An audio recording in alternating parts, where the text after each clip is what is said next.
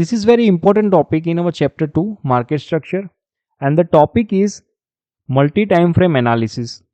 How you have to see both the time frames, higher time frame as well as the lower time frame, to understand the market structure to get the best probability trades in your favor. Let's understand this model in depth. Here you can see that the white line represents the higher time frame. For example, we consider the 4-hour chart, and the orange line which represents the lower time frame. For example, we consider it 15-minute time frame. So we have two time frames, the higher time frame and the lower time frame.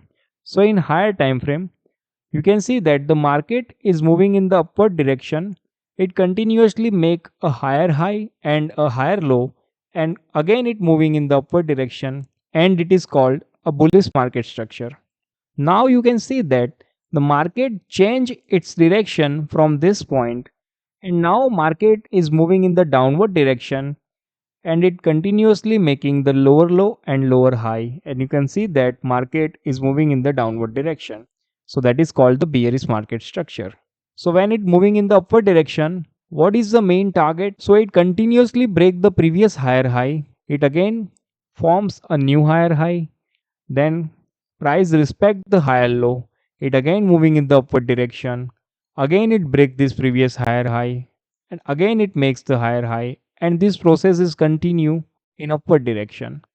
When price break the higher high and higher low, you can see that price now forming the lower high and lower low. This is lower high, this is lower low, and price is now every time breaks the previous lower low, and it again going in the downward direction. So this is the 4-hour time frame analysis. And now how it relates with the lower time frame, or you can say that in 15-minute time frame analysis. So in 15-minute time frame analysis, you can see that this is the major impulse move in 4-hour, while you can see that this is the 15-minute time frame move up to this higher high. So in lower time frame, price is again moving in correction up to this higher low. From the higher low, price is again moving in the upward direction. Price is again moving in the upward direction in lower time frame. It just break this higher high from the higher time frame, and now again price moving in the upward direction. So every time it respect the demand zone and creates a new higher high in also lower time frame. So both of the time frame is related to each other, and price is moving in the upward direction and respect the demand level.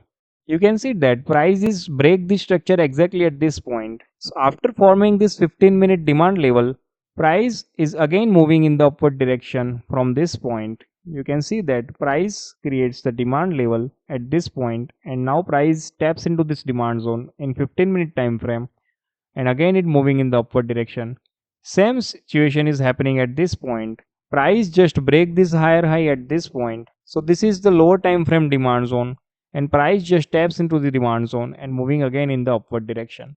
Now this demand zone is broken at this point. After price breaking this demand zone, now the price moving in the downward direction, and it respect the supply level. You can see that price is respect the supply level, and again it moving in the downward direction. So when the price is moving in the downward direction, you can see that the price is also respect the demand zone.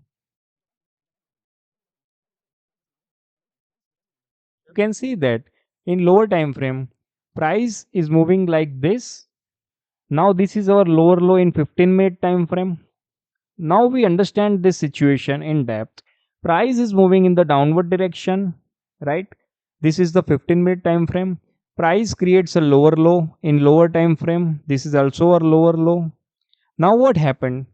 Price break this level. Price is break the lower low and lower high, and now price change its direction. So this is the first move where the price is moving in the upward direction. So you can see that there is a demand, it's still resting at this place. So when the price is going in the downward direction, it just respect this demand zone, and again it gets a small pullback from this level. Same situation we can see exactly at this point. So this is a lower low and lower high in our lower time frame. Price again going back. Now it break this lower high, and now this is the demand zone. Price just taps into this demand zone, and it gets a slight pullback from this point. So this is also a demand area in higher time frame. So now you have to understand the multi time frame analysis and how price is going in a continuous direction or in a reversal direction. You have to understand whether the price is going in upward direction or downward direction depends on the structure it forms in lower time frame as well as in a higher time frame. In lower time frame, you see more fluctuation of price, but you have to identify the best demand area or best supply area based on the range created supply, the range created demand, or pivot created supply or pivot created demand. You have to understand the accumulation of price and at which point price gets distributed in particular area. You have to understand how you have to place a trade in the market based on the multi time frame analysis. You have to see both the 4 hours as well as the 15-minute chart while you place a trade into the market. So this is the model of HTF and LTF. In the next video, we see the application of this model and how you have to get the best demand zone and best supply zone with respect to market structure. If you have any query regarding this model, you can write a comment in this video. We are also available in our social media platforms in Instagram as well as in Telegram. We will discuss the application of this model in our next video.